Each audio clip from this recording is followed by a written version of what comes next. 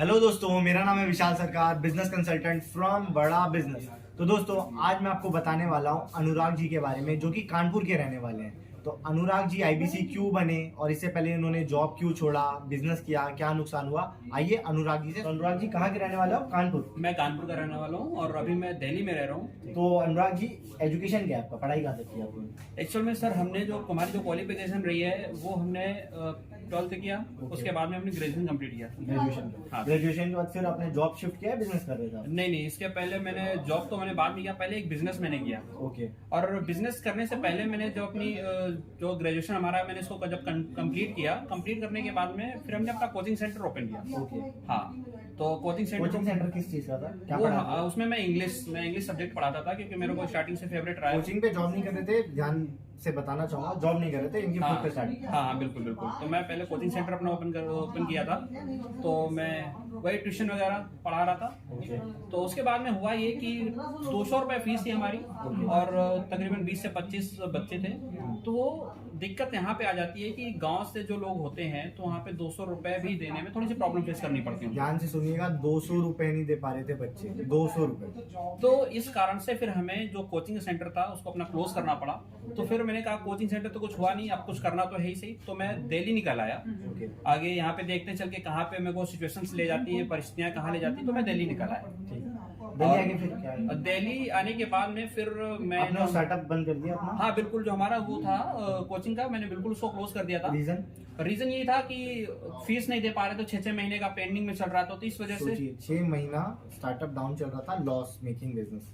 6 महीने तक कोई फीस मतलब नहीं आ पा रही है, स्टूडेंट नहीं दे पा रहे हैं, तो पैसा काफी ज्यादा उसमें मारा जा रहा था। पैसा मिल नहीं रहा था। समय भी, हाँ, समय भी, पैसा भी, मेहनत कर रहे थे, पैसा नहीं मिला तो फिर बेकार होता है। उसके बाद में दिल्ली शिफ्ट हुए। दिल्ली शिफ्ट होने के बाद में जो हमारे रिलेटिव हैं, मैं उनके यहाँ पे रुका भी। तो उसके बाद में हमने लोन लिया कुछ तकरीबन 1 लाख का। 1 लाख क्या पर्पस था लोन लेने का? लोन लेने का ये था क्योंकि उस टाइम पे ये था कि मेरे को लग रहा था कि बिजनेस अगर कर रहा हूँ तो बिजनेस मेरे माइंड में आया मदर डेयरी का। तो क्योंकि हमारे रिलेटिव जो है वो मदर डेयरी ऑलरेडी फ्रेंचाइजी लेने का, तो ऑलरेडी उन्होंने फ्रेंचाइजी ले रखी है। तो अच्छा खासा वो इनकम कर रहे हैं। तो मैंने सोचा अगर वो कर रहे हैं तो मैं क्यों नहीं कर रहा हूँ। हाँ, तो इस वजह से मैंने मदर डेयरी का बिजनेस हमने किया और बिजनेस लोन लेकर के बिजनेस किया था मैंने।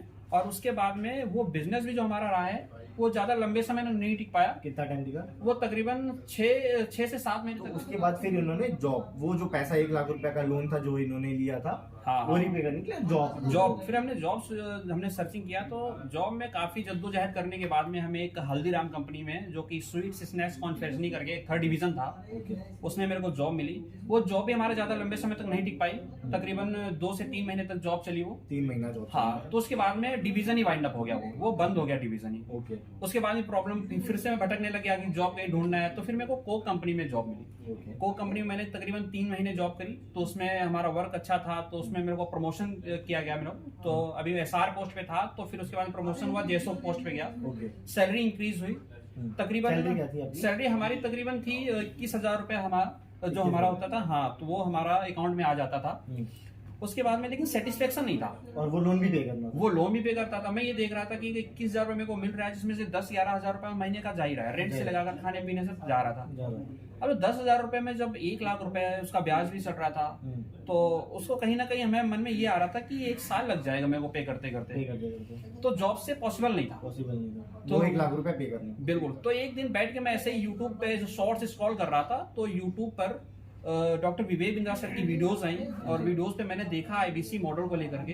तो थोड़ी सी हमने सर्चिंग उस पर शुरू करी कि ये क्या है, मैंने समझने की कोशिश करी।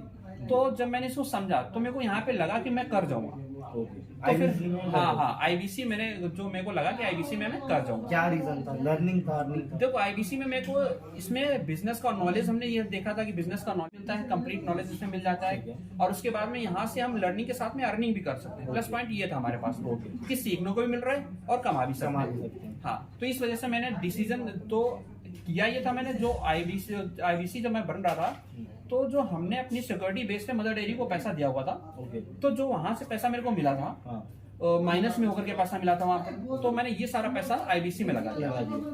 हाँ जी, मैंने इसमें पैसा इन्वेस्ट कर दिया।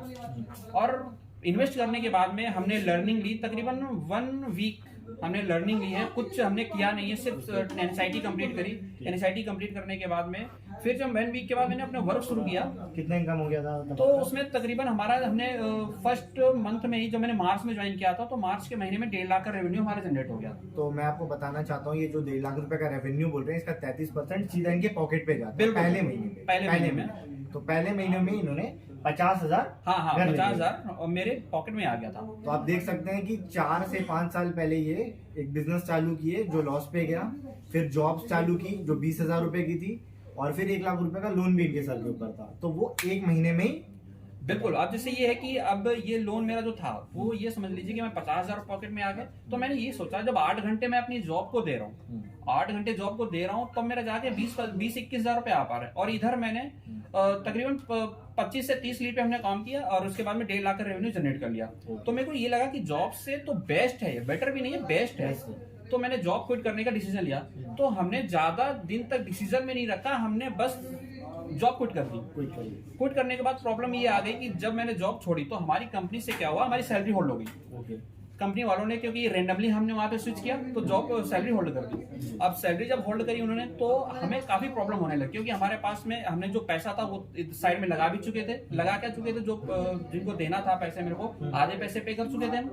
उसके बाद में हमारे पास बिल्कुल पैसे नहीं रह गए। मैंने सोचा था सैलरी मिल जाएगी, और सैलरी का जितना इन्वेस्टमेंट है मैं आईबीसी में लगा करके, जो भी हमारा बिजनेस होता है, तो उसमें अपना काम शुरू कर सकता हूँ। उसके बाद वो भी कुछ नहीं रहा, तो फिर काफी जद्दोजहद चली, पूरे अप्रैल भर ये जद्दोजहद चलती रही। कहीं इधर मीटिंग बुलाया जा रहा है, कहीं उधर जाओ, कहीं छतरपुर जाओ, तो काफी भागा दौड़ी होने के बावजूद भी कोई सुनवाई नहीं हो। तो एक बार हमने मेल करी, जो हमारे जो जीएम थे, उनको मेल करने के बाद में अप्रूवल वहां से मेरे को मिली।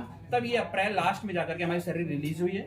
उसके बाद में आज मैं मई से 2-3 दिन तो तक छुट्टी ही रही है, यहाँ पे लीव रहा है। फुल टाइम आईबीसी अब फुल टाइम आईबीसी कर पा रहा हूँ, और फर्स्ट डे मेरा आज है। तो मैं मई के महीने फर्स्ट डे आज है, और आज मेरा ये एक्सपीरियंस है कि मैं फुल टाइम आ गया हूँ यहाँ, फुल टाइम करियर को मैं देख रहा हूँ। फ्यूचर क्या लगता है आपका? फ्यूचर से देखो, फ्यूचर की बात अगर कर रहे हैं, तो जब तक बड़ा बिजनेस है, फ्यूचर सिक्योर है। और मेरे को नहीं लगता है बड़ा बिजनेस कहीं जाने वाला है, तो हमारा फ्यूचर सिक्योर। आपकी एज के यूथ को क्या बोलना चाहोगे? देखो, अगर हमारी एज के जो लोग हैं, जॉब कर रहे हैं और बिल्कुल देखो दोस्तों, मैं आपको बताऊं कि अगर आप जॉब कर रहे हैं, तो जॉब करने से कुछ हासिल नहीं होगा। क्योंकि क्या है, अगर 20-25 हजार रुपए की आप जॉब भी कर रहे हैं, तो बड़ा ही कठोर जीवन जी रहे हैं आप। अब मेरे को यहाँ पे आके लगा, स्टार्टिंग में को लग रहा था कि आईबीसी मॉडल में जॉब में क्या फील होता था आपको? डर तो लगा होगा ना पैसा डालने? बिल्कुल डर लगा था, लेकिन एक बार कहीं ना कहीं वेबिनार सर पे भरोसा था। जॉब में आप फ्री नहीं रह सकते हैं, आप अपने आप में फ्री होते भी आप बाउंडेशन आपको खुद में महसूस होता है कि हम बाउंडेड है किसी की। तो इस वजह से इस बाउंडेशन से निकलने के लिए मैंने आईबीसी ज्वाइन किया। और ये जो बिजनेस वालों को क्या बोलना चाहोगे, जो आपका फेलियर रहा, तो उसमें क्या गलतियां थी? देखो, गलतियां ये सही मेंटोर नहीं मिल पाया, मेंटोरशिप नहीं मिल पाई है। उसके बाद में बिजनेस का कोई नॉलेज नहीं था। सबसे पहले आईबीसी में हमको लर्निंग इतनी मिल जाती है कि कोई भी, अब यहाँ से निकलने के बाद कोई भी बिजनेस हम स्टार्टअप करते हैं, तो उसमें फेल नहीं होगा। ये यहाँ से हमें बड़ा बिजनेस इतनी लर्निंग मिली है, और आगे लर्निंग मिलती ही जा रही है। अगर आप भी चाहते हैं learning and earning Anurag ji जैसी, तो enquire now to join IBC. धन्यवाद।